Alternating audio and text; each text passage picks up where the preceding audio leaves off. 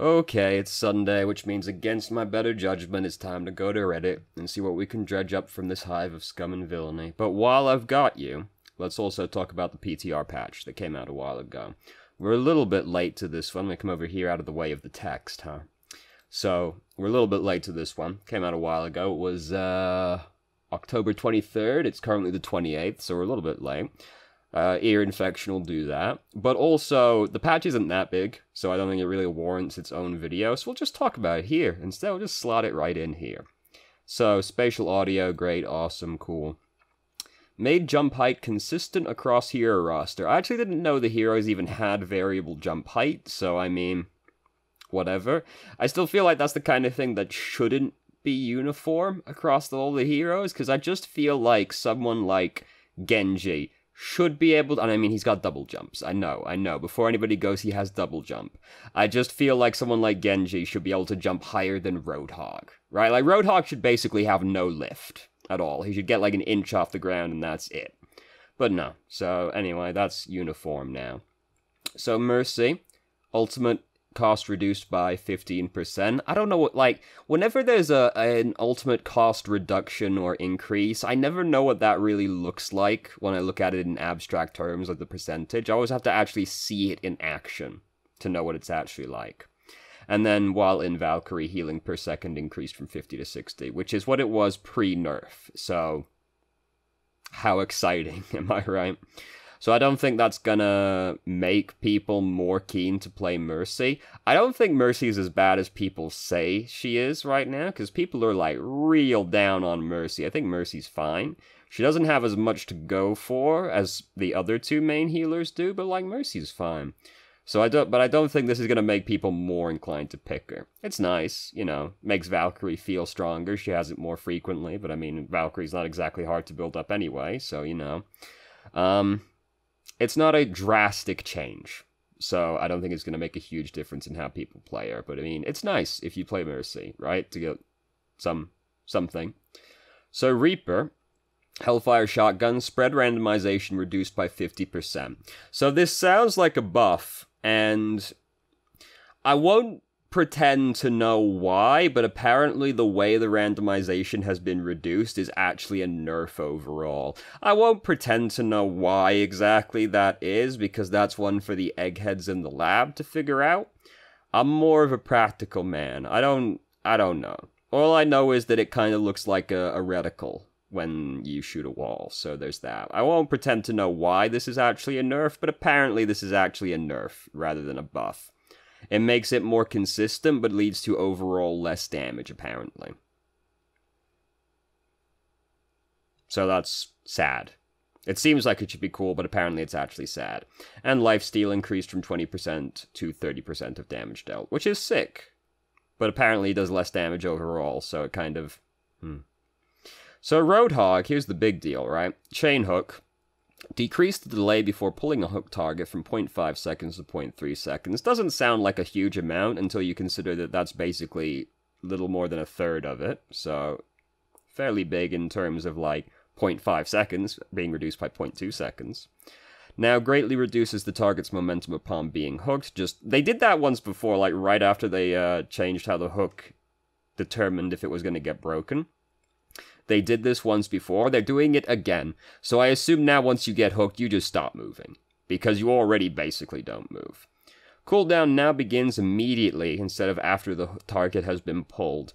So that's like basically that reduces the cooldown by about a second and a half. I'm not sure exactly how long it takes Roadhog to hook the target to him, but it's like a second reduction roughly.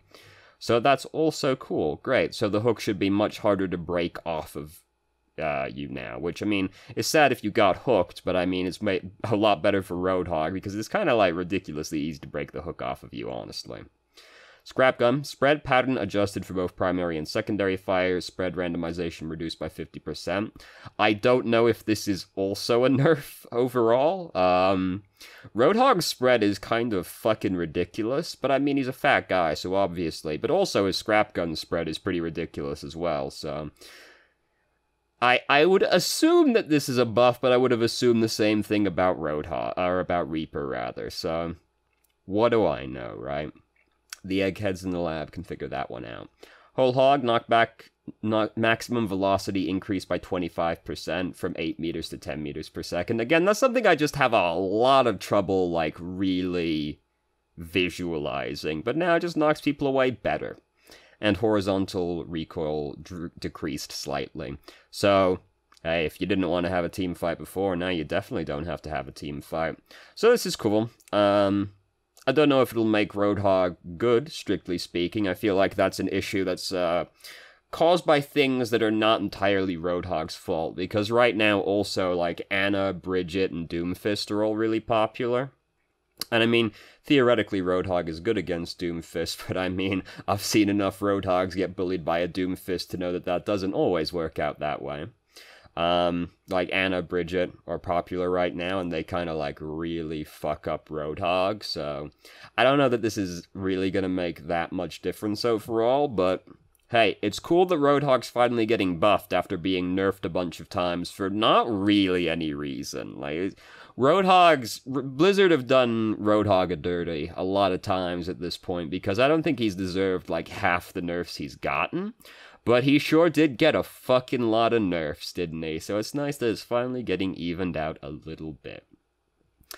So, Symmetra, photon projector, primary fire beam charges up 20% faster. The right click is way better than the left click, so the left click should have something to go for it, right? I don't know, I don't think it's going to make a difference to Symmetra overall. I thought Symmetra was going to end up being a lot better, but it ended up not really being the case, and I don't think this is going to fix that issue either. I think she's going to stay roughly the same.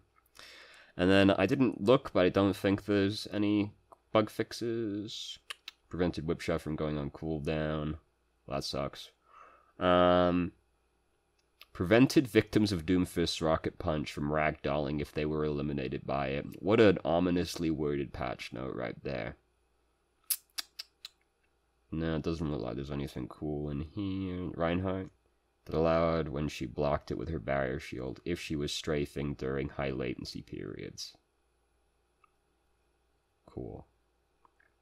Alright, so let's go back to Reddit. Let's go back over here now. There we go. Alright. Tip 4, some Mercy mains from a Diamond Zarya main.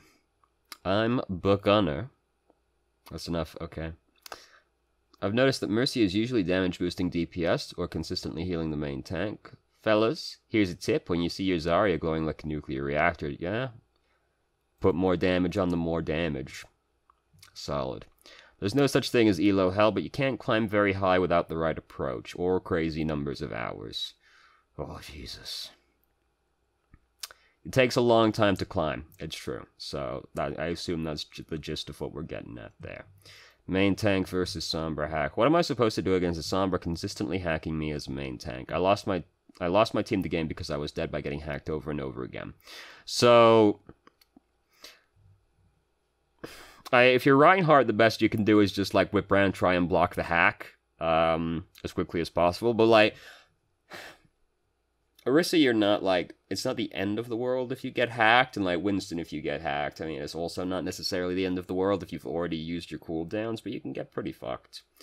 The thing is that Sombra is meant to beat tanks, right? Like, no tank particularly likes to play against Sombra. If you're playing Winston, you can, like, focus the Sombra. If you're playing Roadhog, you can focus the Sombra. If you're playing D.Va, I guess you can focus the Sombra as well. But the thing is that if the Sombra plays well, you're basically gonna get bullied by the Sombra, and you're gonna need an amount of help to deal with the Sombra, because none of the main tanks are particularly good at dealing with Sombra.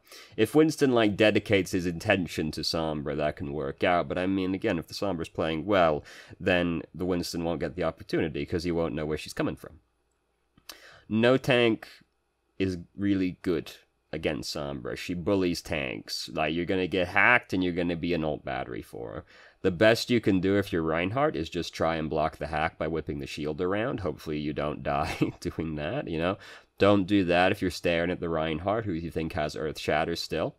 I mean, but if you get hacked, also, bad times regardless, isn't it? This is the thing, that you can be put in situations as a main tank versus Sombra, where there's really just not anything you can do about it. You do require help to deal with the Sombra as the main tank. And I mean, that's not something anybody wants to hear, right? Because you feel like there should be something you can do about it, but I mean, some heroes just can't do anything versus, or can't do much versus certain other heroes. Like, if you're playing Symmetra and they have a Pharah, I'm sorry. I'm sorry. Okay? Right? If you're playing, what's another? If you're playing, Symmetra versus, like, Widowmaker, I'm sorry. Right? Like, you know, it's going to be sad for you. There's just not much you can really do about that one. You can try and make it...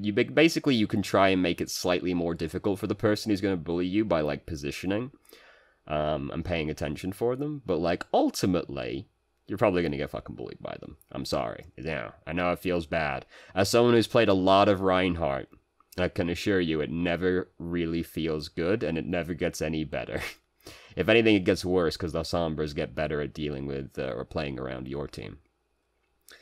My McCree and Soldier are solid, but my Widow is ass inconsistent. None of these heroes aim the same way, so that's not to be unexpected, because you do need to develop a different muscle memory for all three of these heroes. They don't aim the same way. McCree and Widow are like you'd think are the same, but they aren't practically the same, and Soldier is all about tracking, so there isn't that much overlap between these heroes. You need to develop muscle memory for all of them. As the title say, I'd like to try and climb a bit higher. I'd be over the moon if I hit plat, but tend to try and fill the last places in Team Select to be helpful. Is it better to only pick a few heroes and get better, or try and pick what's best for the team comp in front of you? It's better to only play a few heroes. Try to be able to play a couple of heroes in each category, because they're, you know, if you are only good at DPS, well, sometimes you're going to need to be a tank and a healer, so that's not going to help you.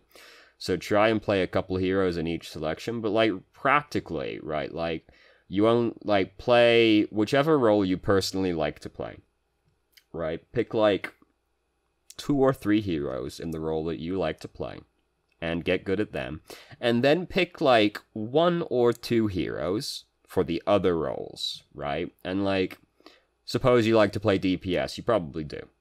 Then, by all means, play a few different DPS. If you can also play a main healer and a main tank, that's all you really need to be able to do, because people are more inclined to pick an off tank or an off healer than they are a main tank or a main healer. So if you can play the main tank or main healer, and you want to play DPS, you'll be covered 90% of the times that you have to fill. And I mean, same, either way, like, if you like to play support, great. Try to also be able to play a main tank and, like, a DPS. Just, like, be able to play a couple of heroes, but it's better to, like, unless you want to be able to play, like, a lot of heroes, don't bother. It's a lot of effort. It takes a lot of work to get good at a lot of heroes. So it's better to just pick a few and, like, focus on them. It's better to be really good at a few picks than to be average at a lot of picks. Similarly, if I'm limiting my hero pool, should I stick to just one type? I tend to prefer to play and prefer support, but is it worth filling tank slots if needed? I mean, we kind of just talked about that one already. Yep, try and be able to play, like, 1 or 2 in the other categories than the one you like to play. Focus on the one you like to play, like, you know, focus on the role you like to play, but pick a couple for the other roles as well. Also, I'm trying to learn to blame others less and look at my own gameplay. Does anyone have any tips to avoid frustration at other players, especially as a support? Try and take full accountability for absolutely everything, even if it genuinely isn't your fault. Just take responsibility anyway, because blaming, even if it is genuinely someone else's fault, blaming them is still ultimately not productive, because you can't control what other people do. You can only control what you do. So just always take, like, full accountability for everything, regardless if it was actually your fault. Just think, what could I have done to have prevented this situation? And sometimes there is genuinely nothing that you could have done, but, like, just try and anytime something bad happens, what could I have done to stop this? Finally, Mercy has always been my favorite hero. Is she still a good hero to dedicate time to mastering? Anybody you want to play is a good hero to dedicate time to mastering. How to counter Rein Zarya, double sniper. As a Reinhardt player. So I'm sorry that you're going to be unhappy about the way this one goes. I'm totally fucked in trying to initiate on the... What can I do as a main tank to support my... Is it up to my DPS's hands to contest beat the enemy team's DPS? Try to... Unless I have a lot of support.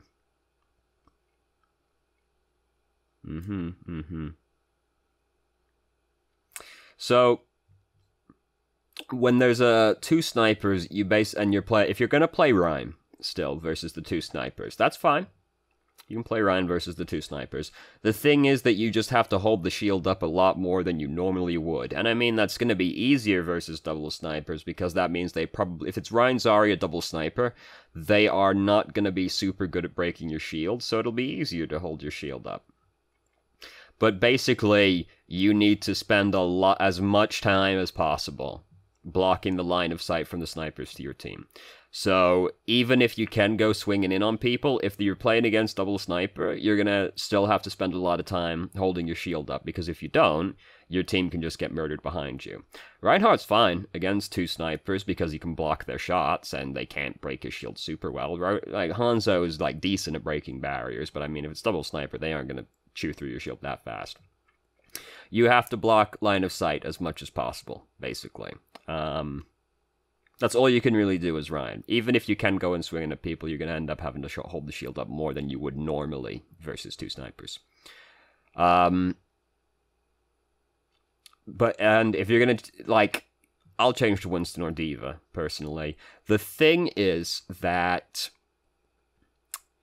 you shouldn't need a lot of support. It's just about picking the time to do it. It's about picking the time to go in, because, like... I've just realized that D.Va was spelt as in the actual word diva, which is not acceptable around here. We only speak in internet acronyms.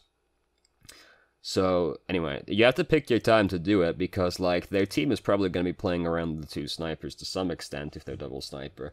But, like, they aren't going to play around each other constantly. So you have to, like, wait until somebody's off by themselves, and then that's when you pick the time to go in. Or, you try and, like, you play kind of like flanker-esque, where you're like behind them and you try and like pull people away from the front line. And like the snipers will have to pay attention to you if you're behind them or like to the side of them or whatever. They'll have to like pay attention to the fact that you're there, so they're not dedicating all of their time to actually focusing your team. If your team gets killed without you, and your team is just getting earth-shattered because you don't have a Reinhardt, then, I mean, you're going to have to play Reinhardt. But if you're playing Winston or D.Va versus this comp, and like you feel like you can't get anything done because they're playing too close together or they're supporting the snipers, you basically have to be more patient than you are currently being, or you have to try and like pull the team apart somehow. And like this will be easier if you have like flankers and other divers on your team to kind of help you do this, but like you basically just have to be like way more patient and wait for your opportunity, or try and like pull the team apart by playing behind or around them a little bit. Need help. So I woke up this morning and did my usual thing. Up there, check on routes. Okay, cool. Alright. Zen state in this meta. Is Zen still viable? Yeah, he's still viable. I don't see him all that much, and when I play him, I mostly feel like I'm not doing much, or sometimes I'm just dying all the time. I feel like Discord doesn't have as much value because of all the shields. That's a valid assessment, but simultaneously, Zenyatta makes tanks real fucking squishy, right? I definitely think Zenyatta is better than Lucio is right now, unless you have a specific strategy in mind when you're playing Lucio, or you've got like a coordinated team. I think Zenyatta's fine.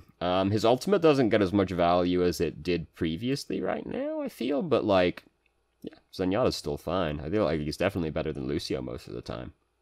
Discord makes people squishy. Makes tanks very easy to kill. Good times. Platinum Support edit. Looking for tips or to help. Look, I'm gonna pass over the, like, super vague questions right now. I still have an ear infection. Go away. I have trouble using McCree's ult sometimes. I'm not sure what I'm doing wrong. I get it in an unexpected place, use it, and then wait for at least 3 skills to show up. I either get flanked or get killed before I can shoot them. Help, please. Well,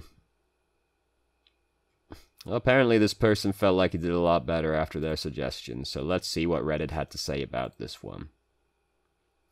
Stop trying to go for so many kills. Yeah, that's basically the gist of it.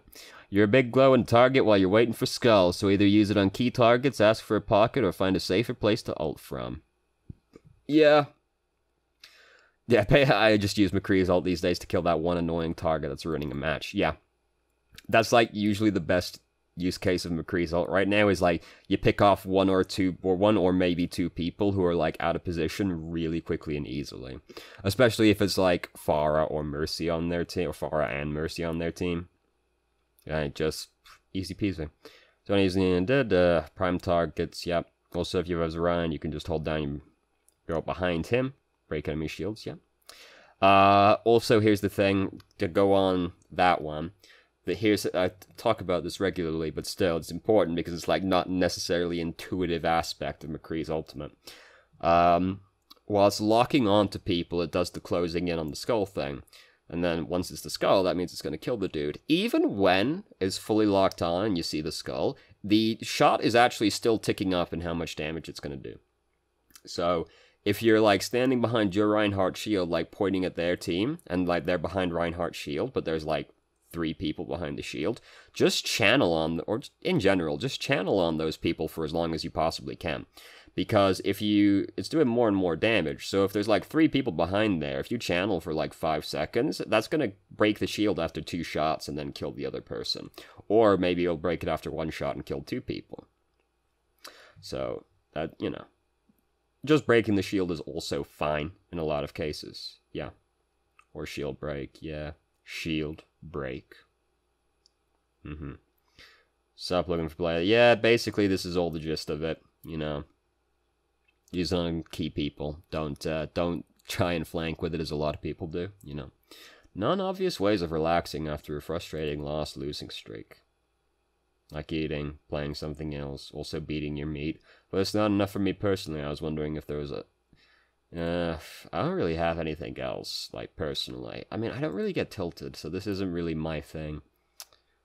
So, you know, what else we got over here? Scream at your martyr, yeah. I saved my arcade wins a week after. Breathe, wow. Stretch, whoa. Crazy.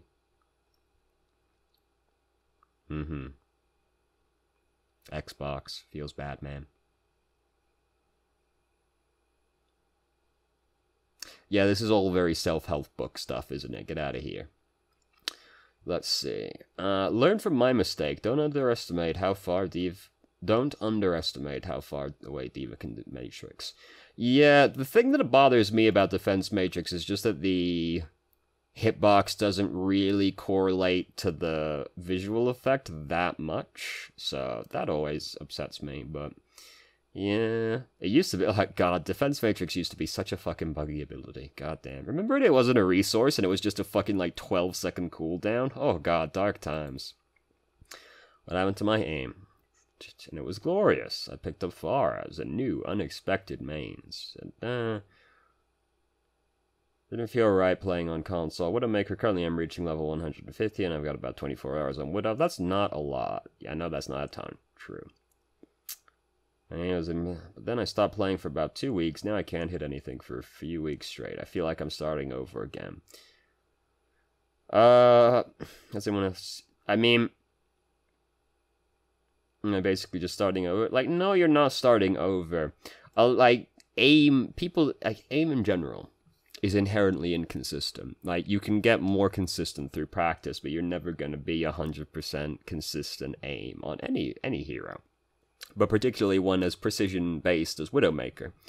So, you just kind of have to deal with that. And I mean, I know, like, you can get more consistent through practice, but, like, still, There will be an amount of inconsistency. This is why we don't see pro players just pick Widowmaker every game and dominate, right? Because that's not how it works.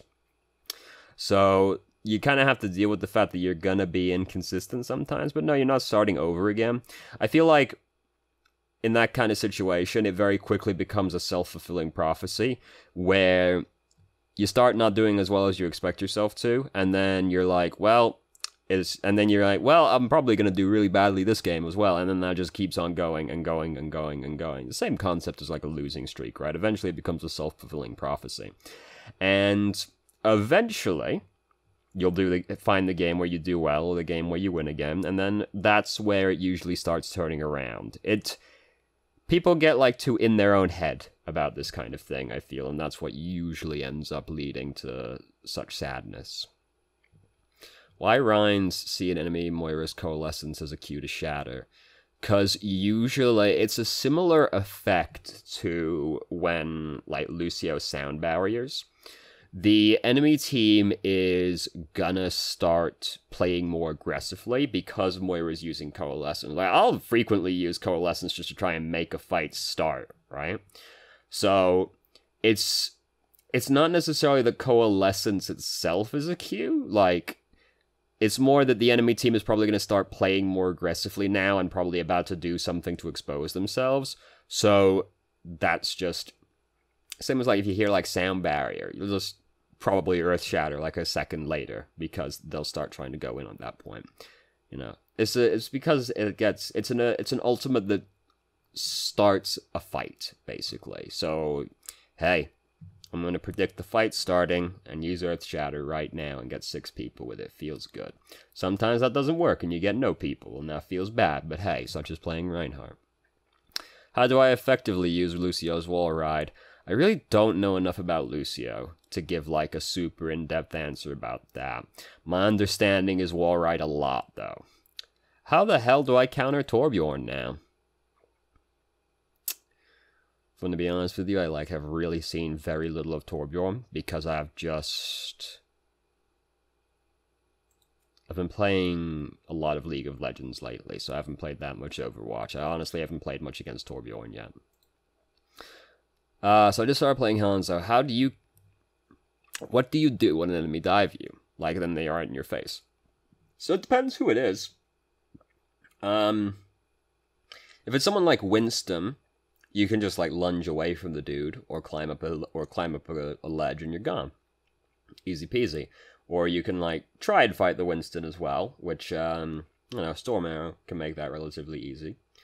So if it's someone like Genji, then really the best thing to do is going to be like lunge away from the Genji, because it's more beneficial for Genji to be right on top of you, because it's going to make it harder for you to hit the Genji if he's right on top of you, you know? If it's someone like D.Va, just lunge away, like, after they've boosted up. Like, there's a lot of heroes in the game where they can only gap close to you once. So, as long as you're paying attention and waiting for them, you can just, like, lunge away from them, and then now you're outside of their effective range, or, like, very close to outside of their effective range, right? Or you can, like, scurry up some walls, like the dirty little rat Hanzo is, and get away from them like that. If somebody's right on top of you, it kind of makes it easier for Hanzo, because then his projectile weapon effectively stops being a projectile, because it doesn't have to travel anywhere. But it's harder to hit people who are right on top of you. So if you're trying to fight like a flanker, then the best thing you can do is try and put some distance between you and the flanker, because then you'll have more space to work with, which is going to make it easier for you as the Hanzo. If it's someone like D.Va Winston, they can only gap close to you once. So just wait for them, like, just pay attention to where they are, save your cooldowns for when they come to you, and then get away from them. Like, it's one of those things where Hanzo doesn't really want to be fighting somebody who's, like, literally touching him, right? If you get the one headshot in on them that kills them, hey, great. But, like, you don't really want someone to be right on top of you still, as Hanzo. So the best thing you can do is just try and put some distance between you and the target. So, rounding out my hero pool. I mostly played Ana and Genji, and for normal play I usually focus on Doomfist too. But I can play a decent amount of characters at an okayish level if needed, but I want to focus on just a few select heroes to use in comp. As their roles, okay, I mean, who cares? I was thinking, cool, yeah. I mean, just play whoever you want. Like, just play whoever you want. This is not a question that needs to be, like, that in-depth about, really. Just, like, play whoever you want is the answer. How can I track ults better? So, a lot of, like, a very simple baseline is just, like, watch the kill feed and be like, I've seen Soldier kill, like, 4 people and he hasn't used his ultimate, so he probably has his ultimate. You know, things like that will give you an indication of what their ult's like. How many times have I seen X in the kill feed since I last saw them use their ultimate? That's going to give you a rough indication of how close they are to having their ultimates right now. So if the game is like, if not a lot of kills are necessarily happening, just sort of pay attention to, like, who's going mostly uncontested in the fights. Like, if they have, like, a soldier who's just kind of sitting really far back and, like, shooting at your team as you're skirmishing, even if nobody's dying, like, if the soldier's sitting up there mostly uncontested, every time you get into a skirmish, he probably built up, like, a big chunk of his ult. Probably built up, like, a third of his ultimate off of, like, that kind of skirmish if it goes on extended, right? You could, if it's somebody like Reinhardt, you can just sort of track how many times they hit somebody. Like, if he hits somebody with Fire Strike, that's 10% ult charge right there.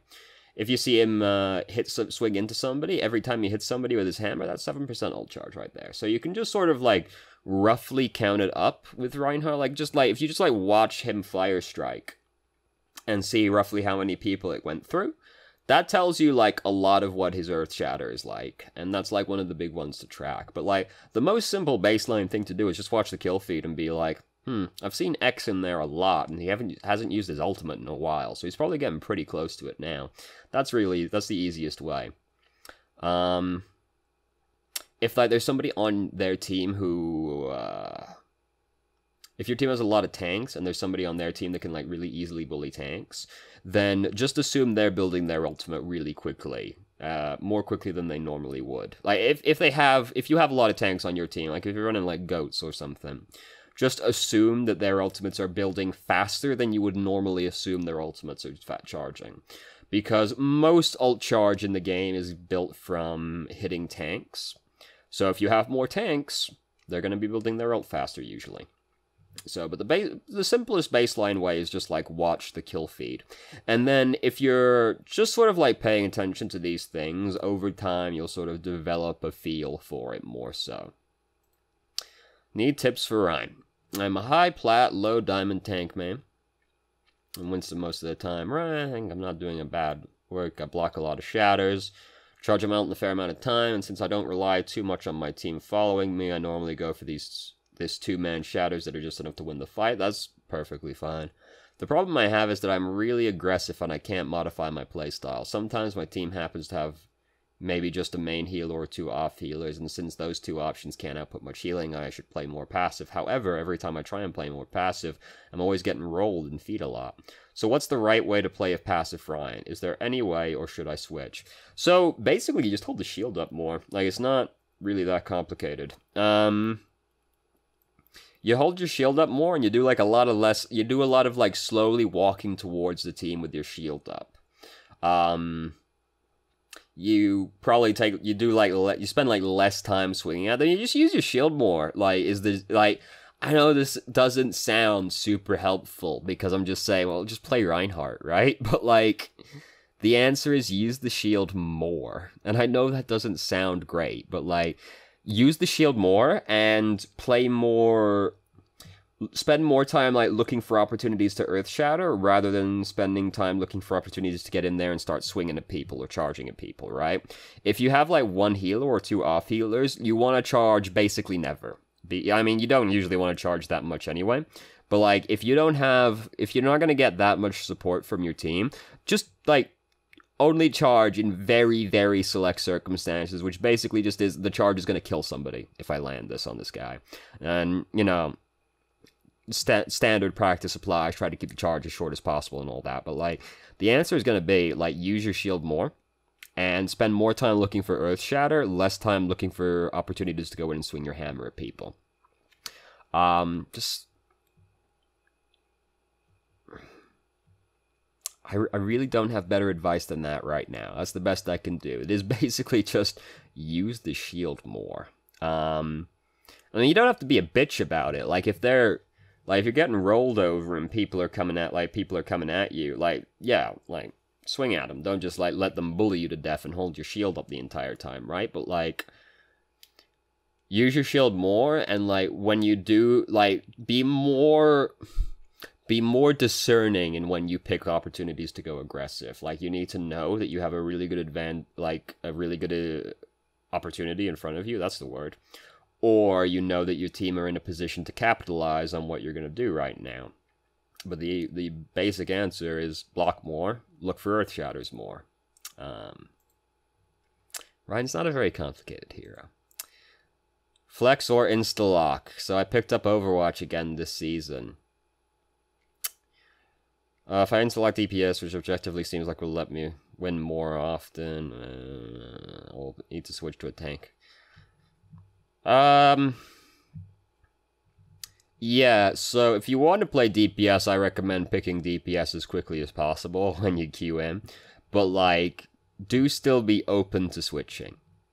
I mean, it's, you know, obviously, right? Like, if you want to pick DPS, do pick DPS quickly. But, like, still be open to switching if you need to make the team comp less bad, basically. Scared of climbing, what do? I've been playing Overwatch for a year now and I've been stuck in bronze. This isn't the problem, however. I found a guy who I can play comp with quite often now, and we seem to have great chemistry. He's a great Reaper player and can peel often when I'm in trouble as McCree or Soldier. Recently I've managed to climb up to 1200 from 1000, and we tend to win most of our games. My problem is I'm worried that I'll get a rank where I can't manage to get as many good picks and be very effective as my friend, and he might just overtake me.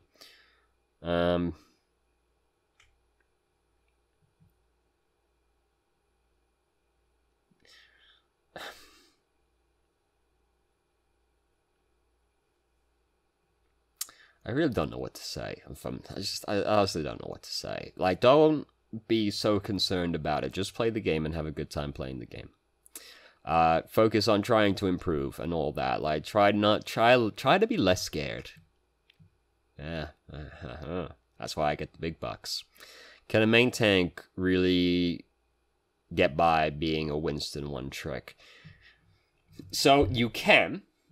But it's gonna be really hard for you in some situations, like, because if the enemy team, like, Winston's one of these heroes that tends to attract a lot of counter picks once you start playing Winston. Especially if you're getting work done. So, there are gonna be situations where you're playing Winston, and the enemy team is like, hey, let's go, like, Reaper, Roadhog, May, right? Like, the enemy team can get really difficult for you to deal with as Winston sometimes. So, that's going to be an issue if you try and be a Winston one-trick. I wouldn't recommend it.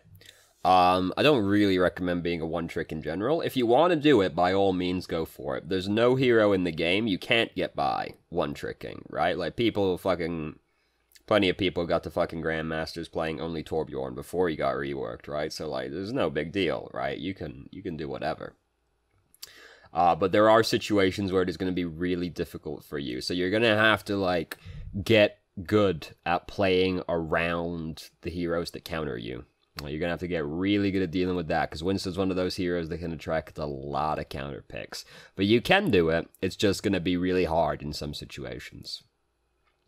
How do I truly take my Zenyatta to the next level of skills? For the fragging potential, I hate when people say fragging. I feel like I'm in the fucking 90s. I found that I actually love playing Zen, plus it widens my hero pool to include more supports.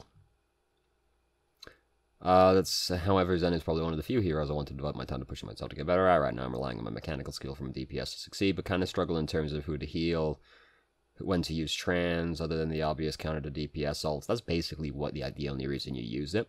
If you're gonna use it, not to counter another ultimate, you need a really good reason to do so, which is basically like, if I don't ult right now, we're gonna lose the team fight anyway, and then lose the objective. So I'll ult now and just hope we can deal with whatever comes afterwards, but like, Zenyatta's ultimate is basically for countering other people's ultimates. That's the entire point. It's a reactionary defensive ultimate, so you use it to counter other people's ultimates. That's why you do it. Also, don't know any techniques to increase his effectiveness. For example, certain DPS heroes that have combos that work well, that should be memorized, any helps. I don't think Zenyatta really has anything like that. So in terms of who to heal, Zenyatta's really good with flankers because the Harmony Orb stays with people 3 seconds outside of line of sight. So he's one of the few people that can really, like, support a flanker. Partly because of that, but also because he can put the orb on them from really fucking far away. So Zenyatta, like, you want to try and focus on healing flankers and, like, Pharah as much as possible. Just because Zenyatta's, like, one of the few supports that can really, like, help those people to any significant degree. He's not really that good at healing a tank. Like, hopefully you have a main healer, right? So you're better off usually leaving healing the tanks to the main healer, and you focus on the DPS more, because Zenyatta doesn't output big healies, so he's better at healing the smaller health pool heroes, and also they're usually harder. The DPS heroes are usually harder for the main healer to get to, so they're better for you to heal usually. Now, if a tank's getting killed in front of you, do try and keep the tank alive, obviously, but, like, you want to focus the DPS as much as possible, as Zenyatta, particularly the flankers. Positioning, there's, like, a fine line between being too far back and being not far back enough. Because Zenyatta, like, your effective range is really fucking long. As long as you can put your orbs on people, you're inside Zenyatta's effective range, because he has no fall-off damage. So you want to be as far back as possible, but you can be too far back and be impossible for your team to help you if anything bad happens, right? So you want to be close enough that your team can help you if something bad happens, but you want to be far enough back that it's difficult for people to get to you, right? And if, like, the enemy team has, like, no divers, no flankers, just be as far back as possible. Shit, they can't do shit, right? So... But there's a fine line. You gotta try and, like, toe the line of playing far back, but also not so far back that if you get into trouble, people, like, can't help you, right? So there you go. How should I have gone about this? So I was playing a ranked game, and it was me, Ryan, Zarya, Ana, and the enemy McCree and enemy Widow. Our Ana was getting picked off by the McCree and Widow frequently, so I asked our Zarya to switch to Winston, which she didn't, and said me, Ryan, was being useless. I ended up switching to Winston as a result of that. I just hard dove the Widow and McCree, which led to Ana rarely dying to them. However, as a result, the front line was forced onto Zarya, so the enemy Ryan and team was plowing through the front. And as a result, our team died frequently. And as a result, it ended in a loss. I guess it really boils down to a few questions. Was I right in asking Zarya to switch to a tank that could harass the backline, D.Va and Winston, to protect our Ana? Or should I have just accepted the fact that it was over, as our Hanzo couldn't win trades? Should I have just stayed around and protect us from the front, or was it the right call for me to switch to Winston? So, it's one of those things where, if the enemy team has a Reinhardt, it's very hard to justify not having a Reinhardt yourself.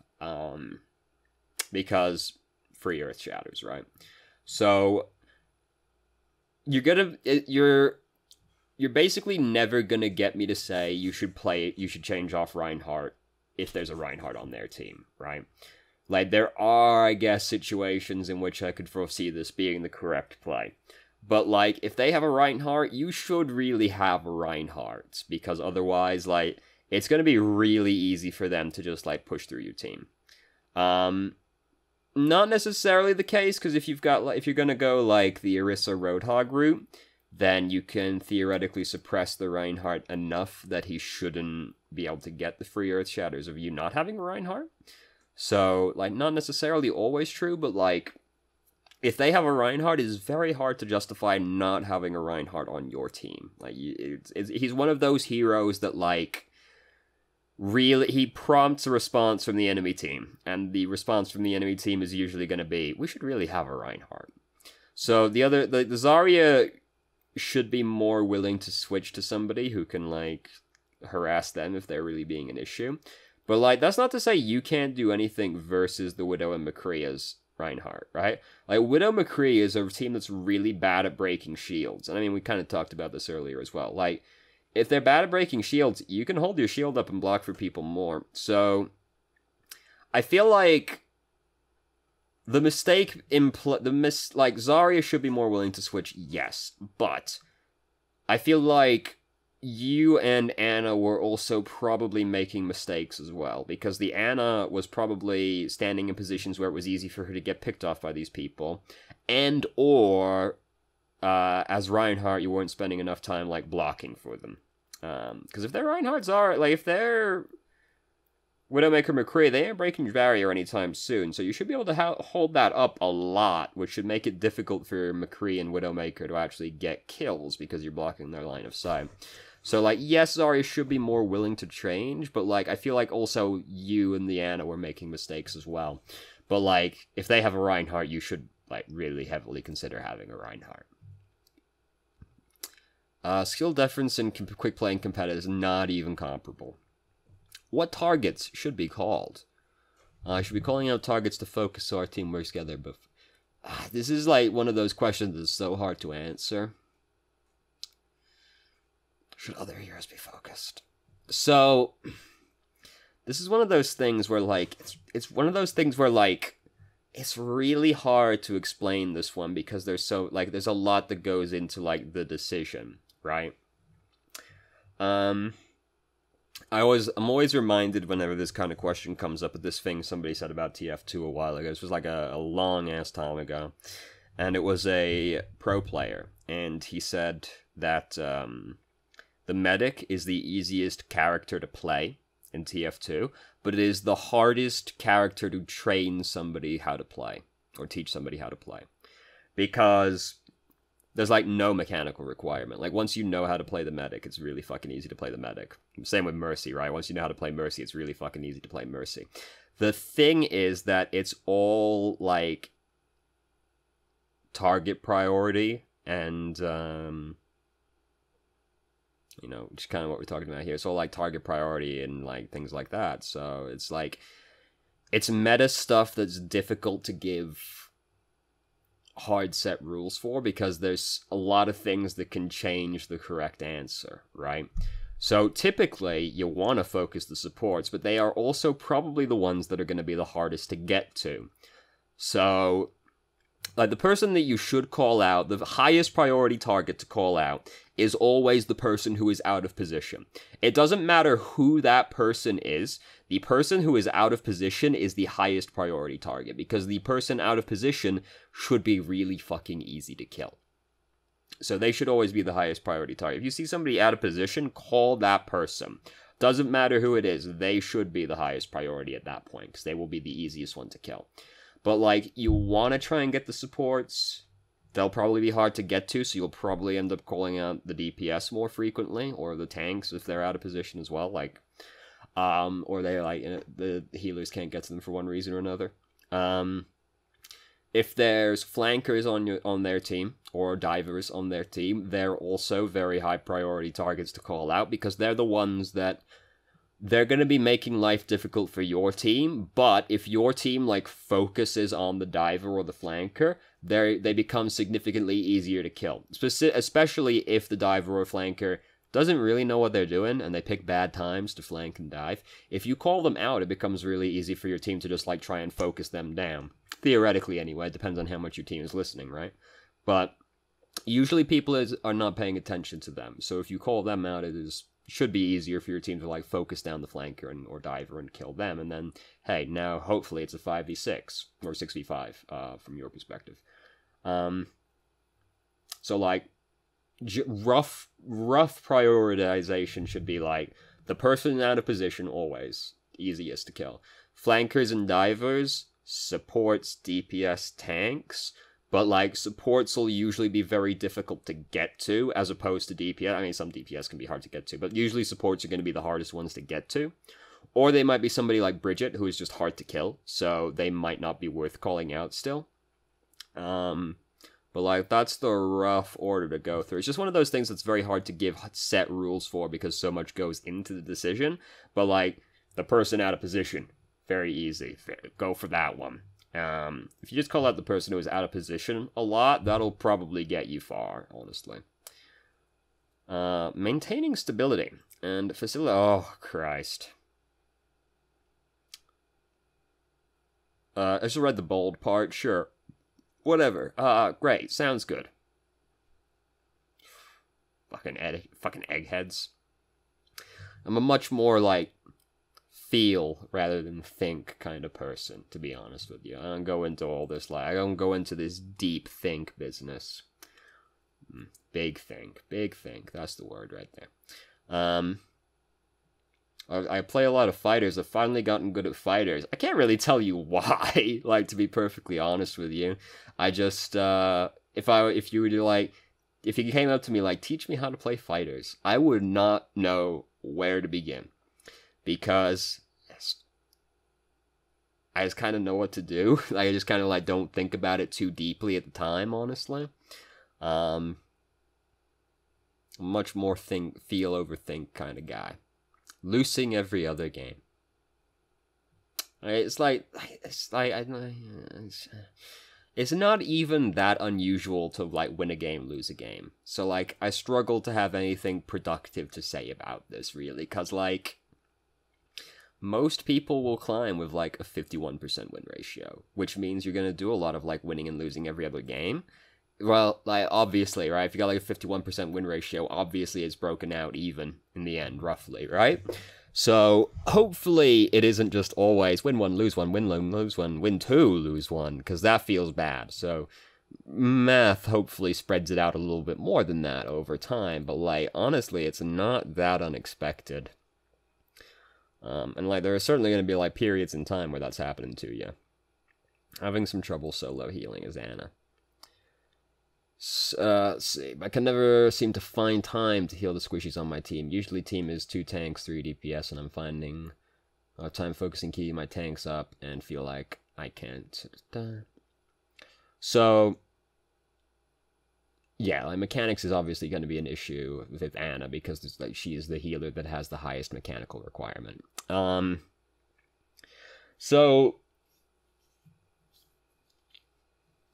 there's the common issue that people have with, like,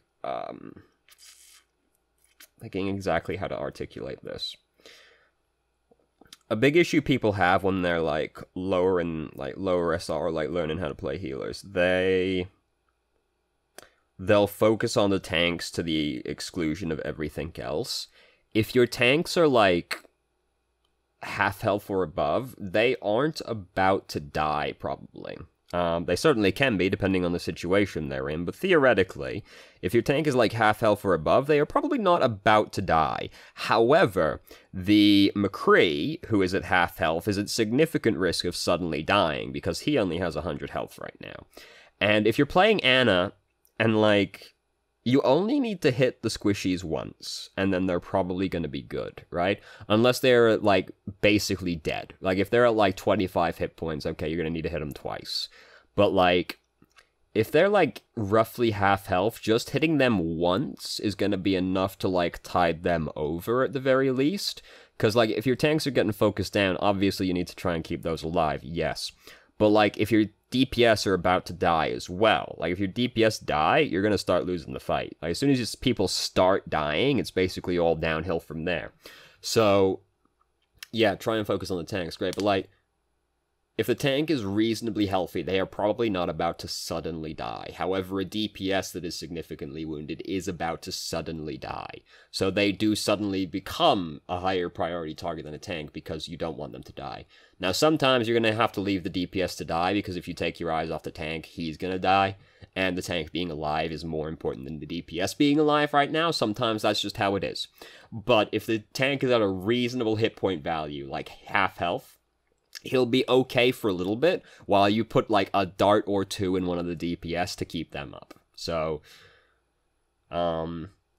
people usually worry about the tanks like a lot more than they have to. They have a lot of hit points, so a tank being at half health is a lot better than a DPS being at half health. What exactly are the benefits of high ground? So, it makes it easier for you to get headshots. It makes it harder for them to hit you, because aiming up is just generally harder to do than aiming roughly level. This is why people have trouble shooting far.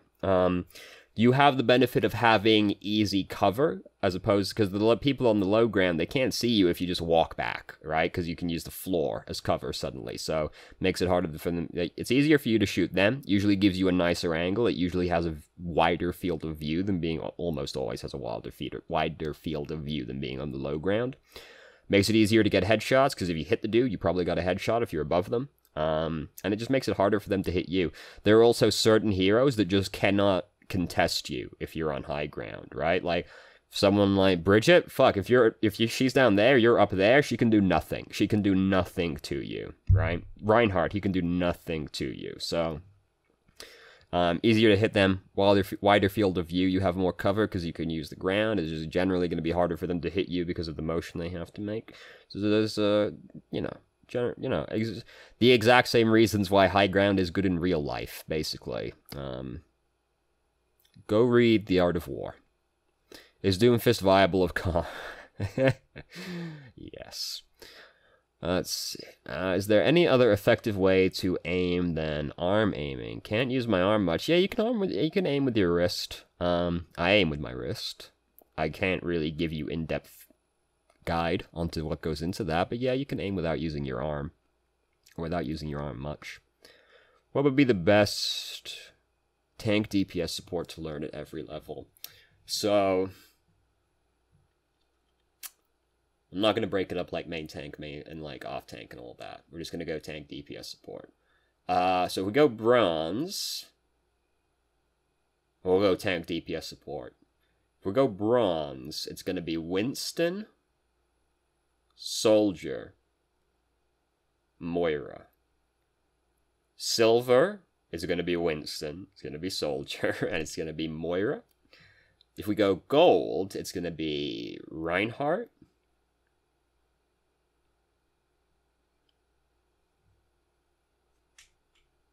I'm going to assume you know how to play the heroes as well, by the way. So this is like assuming the person doing this knows how to play the heroes. So it's going to be gold, it's going to be Reinhardt, Genji,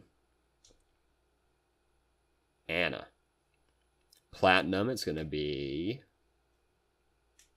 Reinhardt, Hanzo, and Ana. Diamond, it's going to be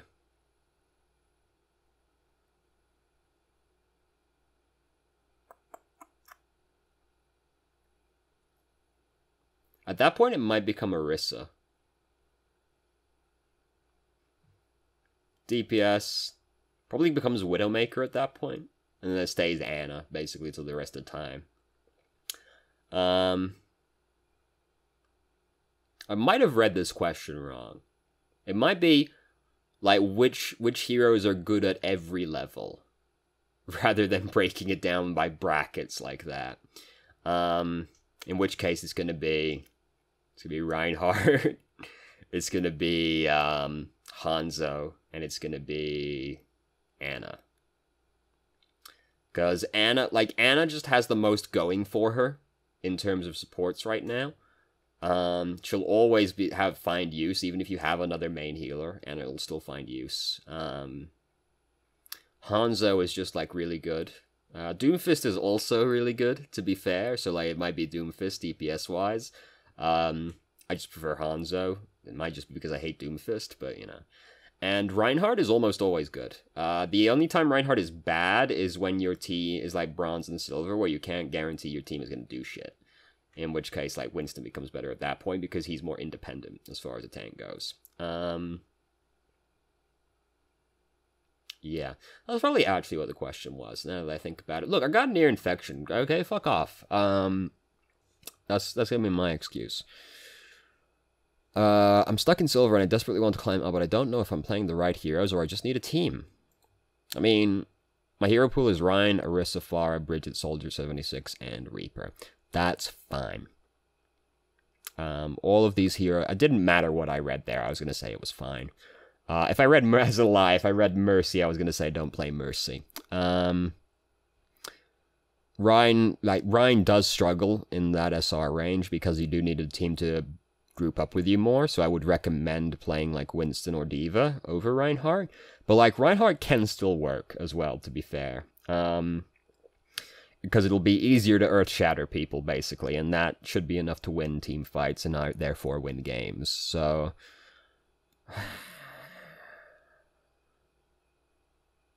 my former toxic friends that left me to bite the dust have called me a moron for being a Reinhardt player. Wow, what cunts.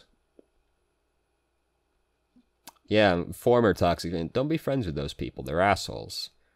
I played Reinhardt since the game launched. Don't worry about that. Don't need to simply get good as get good. I don't know if I have to position better as Reinhardt, to communicate better, aim better with Soldier. I mean,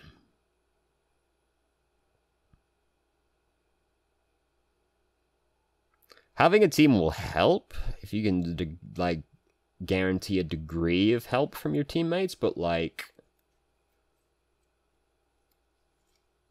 I don't know what to say, because it's too vague, basically. Life is hard. Difference between... I live in India, so... I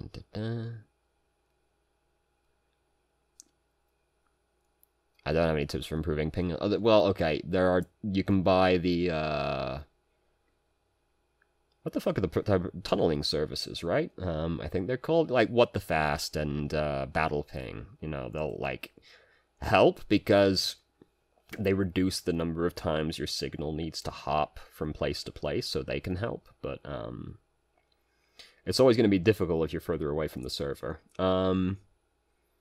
So 80 milliseconds, so like 100 milliseconds versus 180 milliseconds is almost a tenth of a second more, which doesn't sound like a lot, but it can be a lot. Like it can be bad. It also, like, the higher you get, it usually tends to lead to more unusual interactions. So you know, it's almost a tenth of a second more, so it can end up being bad.